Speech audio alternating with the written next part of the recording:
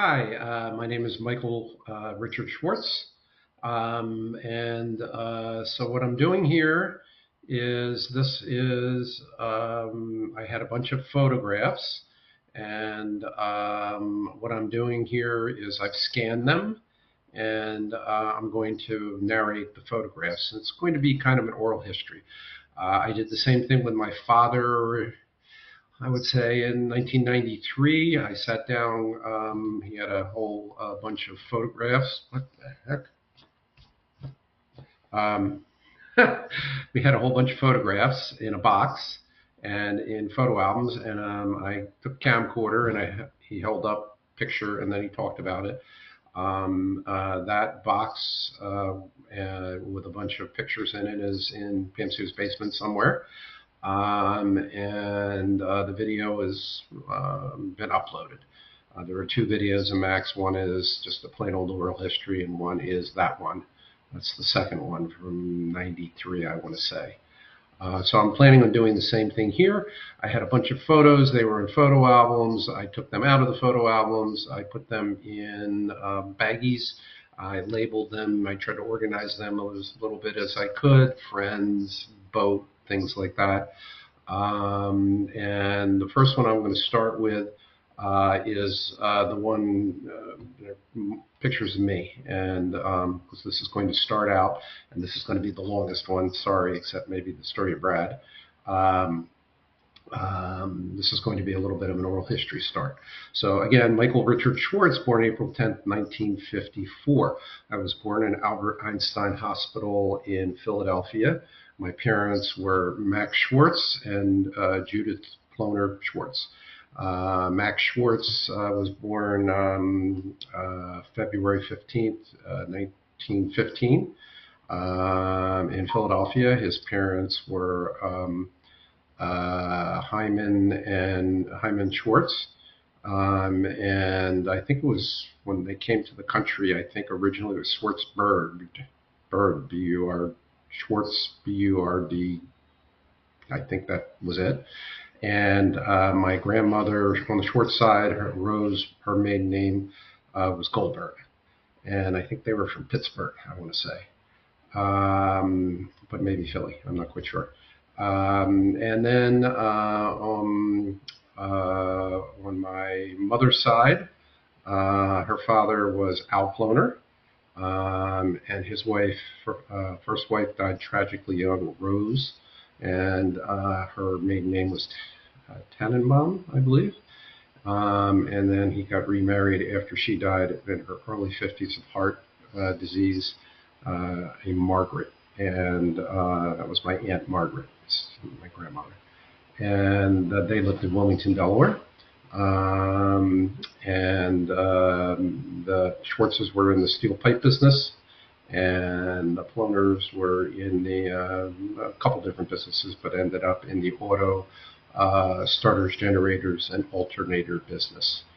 And let's see. Okay, so that's it. So where I lived, not that that's all that interesting. When I was born, my parents lived off of Ogunce Avenue in Philadelphia. Blanking right now, I believe it was Levick Street. And when about a year and a half old, we moved to 1469 Worcester Drive, right behind the Cheltenham Shopping Center. And in fourth grade, my father, who had had a pretty successful steel pipe business with his brother Aaron, they had three different locations in Philadelphia, and they had a strike. And the Teamsters tried to come in, and it was long, protracted, very stressful. My father had a nervous breakdown in 1963. I believe he had electroshock therapy at that point, and we moved to Wilmington, Delaware, where my mother's family was. And my father suffered from anxiety and depression, probably for most of his life, mostly anxiety, I would say. So anyway, we moved to Wilmington, Delaware. We lived at 3701 North Monroe Street, and I went to Harlan and then PS. And then the year of my 1968, the year of my bar mitzvah. Very bad year in Wilmington. That was Martin Luther King, riots, cities in flames, not a very safe place to go to school. My parents in 8th, ninth, and 10th grade sent me to Friends School, very interesting. And then in 11th and 12th, I went to Brandywine High School. I must have tested pretty well because when I went from PS in 7th grade to Friends in 8th, they put me in advanced math and advanced English, and like, what's a negative integer? We were adding fractions, and so I wasn't a very good student. I didn't particularly do very well. I guess maybe you had to study or read books or something. I wasn't particularly interested in doing any of that work. And anyway, so I got by with C's and D's, and then finally figured, really getting my money's worth here at Friends. So went to Brandywine in 11th and 12th. Did okay there, same thing, C's and D's. Occasional A if I was interested, and had a teacher that was, okay. I could have done so much better if I had simply, did a little homework, but I didn't. Anyway, growing up, very interesting. So my father worked a lot, and he was in the steel pipe business. And so anyway, we're going to intersperse the photos we'll be talking about. And there's going to be probably a few other photos that you will not find in the plastic bags that are on my computer that I'll stick in there. But pretty much you're going to start seeing there's an envelope and then I've uploaded them to my computer. I've scanned them 4 or 6 on a page. And the first one is in photos of me, and they're called Old. And the first one, top left, is me on a bike. And it's interesting. I was never much of a one for sports. So my father, as I said, worked a lot. And we never did Little League. We never watched football. He was working a lot. I was raised by my mother. I was pretty much a mother's boy. And I just never developed the skills. I think there's a certain age when you have catch. And, years later, I would throw a volleyball, try to throw it over the net, and I would get it, just over the net. And the women that were on the team that had been throwing footballs their whole life, they could throw it all the way over to the other side. And I couldn't do it. I just didn't have that skill set. Those muscles never developed. So anyway, I was always like the last one picked for the team. I'm put in the outfield, and the ball would come to me, and I'd run, and it would go right over my head every time. So when you're a boy and you're the last one picked for the team every time, it's not good for your self-esteem. As I said, I went to an overnight camp from maybe the age of 7 or 8, Camp Sun Mountain in the Poconos. There's a Facebook page, and I shot some video in the early 90s that's in that group, Camp Sun Mountain. And again, I wasn't a very popular kid because I couldn't play sports. I wasn't good at sports. And I think that had a lifelong effect on me because, to this day, I want to be included. I want to be in the group. I want to have friends. I have a lot of issues that probably stemmed from the fact that I was not a very popular kid because I wasn't very good with sports. But as I got older, and I think this probably had a huge effect on my life, when I was in my early 20s in 1976, so 22 maybe, my mother had on her 50th birthday, had a massive stroke. And it almost killed her, and it left her pretty much aphasic, unable to get more than a few words out here and there, and partially paralyzed on one side. She could walk with a cane for years, but have a really hard time getting up curves or any kind of ramp. And then in the later years, she was in a wheelchair. And that scared the heck out of me. And in the end, my father died of a stroke when he was 85. My mother died of brain cancer when she was 85. And both uncles had strokes. So I said, this is not going to happen to me. So I started exercising. I rode a bike. So the first one you'll see in the top left is me on a bike. And then I started swimming. I joined the JCC, and I have been swimming 3, 4 times a week for anywhere from 20 minutes to 40 minutes. And I've been doing that since probably 1978. I'm just swim a lot. I still ride a bike. I stopped riding a bike, started riding a bike. I walk now. I also go to the doctor at least twice a year, get a full blood work. I try to maintain my weight. And I'm trying to do everything I can to make sure that I do not have a stroke like my mother did. The next picture at top middle is Brad and me. It's probably, I would say, probably 1968, 1970.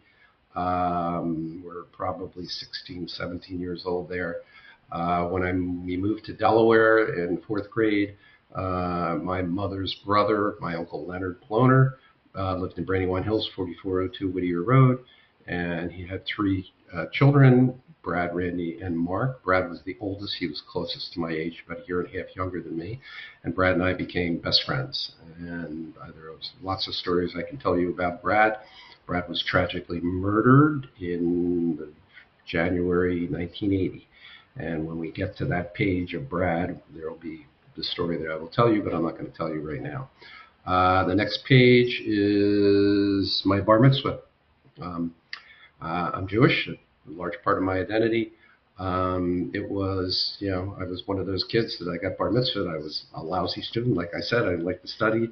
And I barely, I made it, but I barely made it. And then the minute I was bar mitzvah, I was out of that synagogue until years later. And really, religion, I'm probably more agnostic than anything else. I think I'm a spiritual person, but I'm not an organized religion person. But I got married fairly late. I was in my 30s, and I was having a good time. And I went out to California, visited a friend, Rob Sandville. He had a 6-month-old baby boy.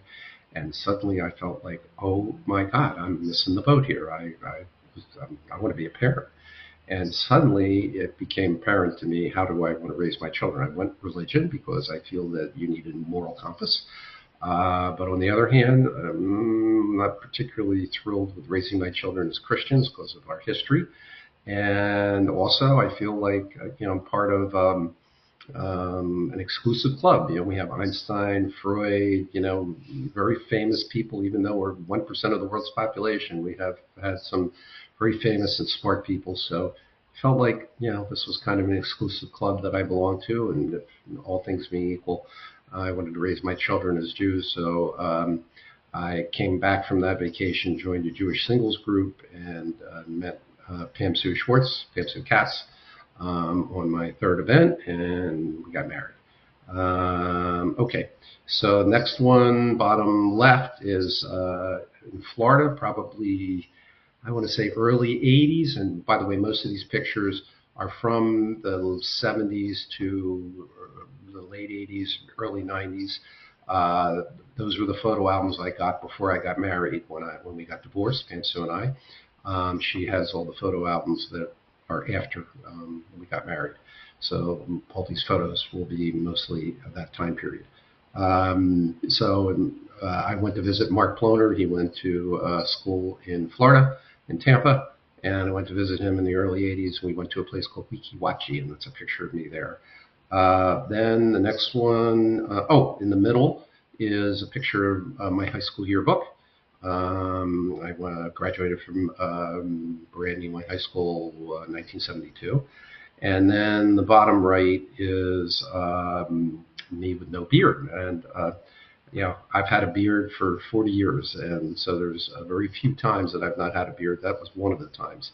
Another time that I did not have a beard, when I shave, I have this guide that goes on top of the razor, snaps in place, and it's number 2, and I trim my beard. And one day, during COVID, I forgot to put the thing on, and I just went like that, and I just gave myself, no hair from here to here. So I just shaved my beard off in the middle of COVID, stuck at home, and I hadn't seen myself without a beard for 40 years. And then I took a picture of myself on the side with no beard, and oh my God, it was my father.